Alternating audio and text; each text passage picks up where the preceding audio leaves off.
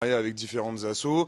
On va aussi faire intervenir des artistes dans des collèges, dans des lycées, dans des IME pour faire se rencontrer les élèves et les artistes, les faire pratiquer, écrire des chansons, enregistrer.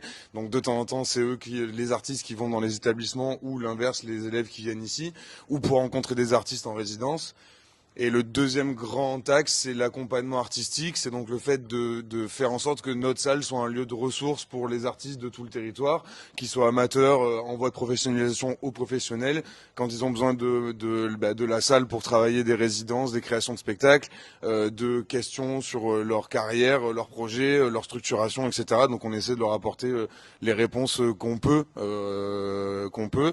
Et on a aussi du coup un dispositif d'accompagnement. Donc là, c'est un dispositif qui s'appelle Le Jardin, où pendant un an, on va sélectionner 2 projets qu'on va accompagner sur un parcours qui va être résidence, rendez-vous, en fonction en fait des besoins du projet, on va essayer de le rapporter avec toutes les savoirs qu'on va avoir et les compétences dans la coopérative, leur apporter du soutien, des conseils, des vannages techniques, du matos, tout ce qu'on peut pour les faire avancer. Ok, mais c'est bien, puis en plus ça se sent que vous êtes soudés et que vous travaillez On n'a pas le choix. solidairement. Ah, on n'a pas le choix, mais bon, si vous vous entendez bien, c'est encore mieux.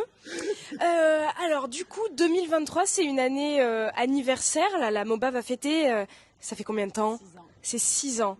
D'accord, alors expliquez-nous un petit peu, qu'est-ce qu'il va y avoir de prévu, d'organiser pour fêter cet anniversaire? Et quand? Depuis qu'on a ouvert la MOBA, chaque année, on fête l'anniversaire parce que chaque année passée dans la coopérative, c'est une fête pour nous parce que ça quand même un projet qui a été lourd à monter et qu'il faut faire vivre. Hein. Il y a quand même une grosse majorité des gens qui sont impliqués chez nous qui sont des coopérateurs et des bénévoles et qui font ça par amour de la musique et pour développer le territoire. Là, cette année, on fait un week-end complet les 28 et 29 avril, je ne me trompe pas. Hein. Je vérifie bien ça. En fait, c'est une sorte de festival de concert. On a 2 soirées. Une soirée qui est plus orientée autour du rock, du punk rock, de la chanson décalée, très festive. On accueille Bob's Not Dead, qui vient jouer un punk rock bien décalé, bien fun.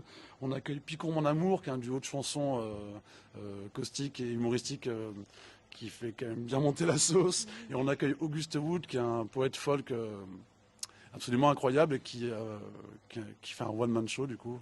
Ça va être assez dingue. C'est le vendredi 28 et le samedi on accueille un DJ historique du milieu hip-hop français qui s'appelle DJ Pone, qui est connu parce qu'il était le DJ de Zwinkels, de Birdie Nam Nam et d'encore d'autres projets. Il accompagne des grands artistes en tournée. Il accompagne NTM, sa dernière tournée par exemple en tant que DJ. Et il vient faire un DJ set de 2 heures quasiment où il va montrer son art. Il est champion du monde, champion d'Europe, champion de France de DJing.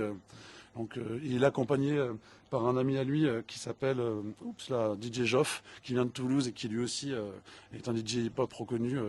Et par un local, un ami à nous, un membre de la coopérative qui s'appelle Buffa, qui est dans la région et qui est ami avec eux, qui les accompagnera ce soir-là.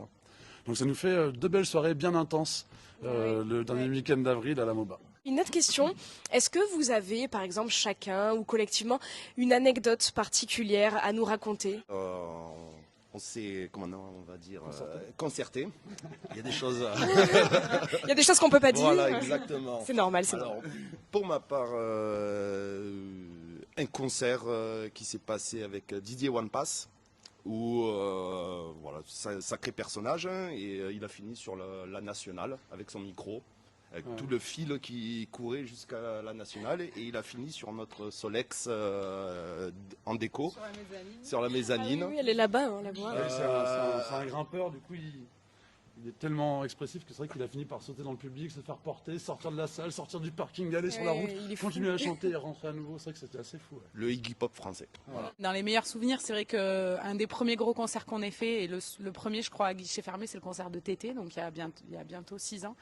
Et c'est vrai que voir la salle pleine, le voir descendre dans la fosse, entre guillemets, entouré des gens avec sa guitare, et chanter avec entouré des gens. Moi, c'est ma première vraie image où on a dit voilà, on fait ça pour ça. Les gens étaient ravis. Une autre un peu marrante, c'est qu'on a accueilli Loud, qui est un peu le rappeur numéro 1 au Canada. Et forcément toute son équipe, ils avaient un gros accent canadien. Et pendant le concert, il y a son régisseur qui est venu me demander de lui servir un jet. Et donc moi j'ai compris jet 27, ok, je lui ai servi des jets donc pour le mec au son et la personne qui était au backline derrière. Et et en fait c'était un whisky qui voulait un Jack. Et en fait j'avais pas compris avec l'accent canadien. Donc quand je lui ai servi le truc tout vert, il a fait c'est quoi ça? J'ai fait un jet. Et il a dit ah non mais un Jack. Donc là il a grillé que je comprenais pas tout de ce qu'il disait depuis le début de la journée. Merci beaucoup à tous les quatre. On souhaite une longue vie à la MOBA et puis à très bientôt, puis à l'année prochaine pour le 7e anniversaire. Merci beaucoup. Merci à vous.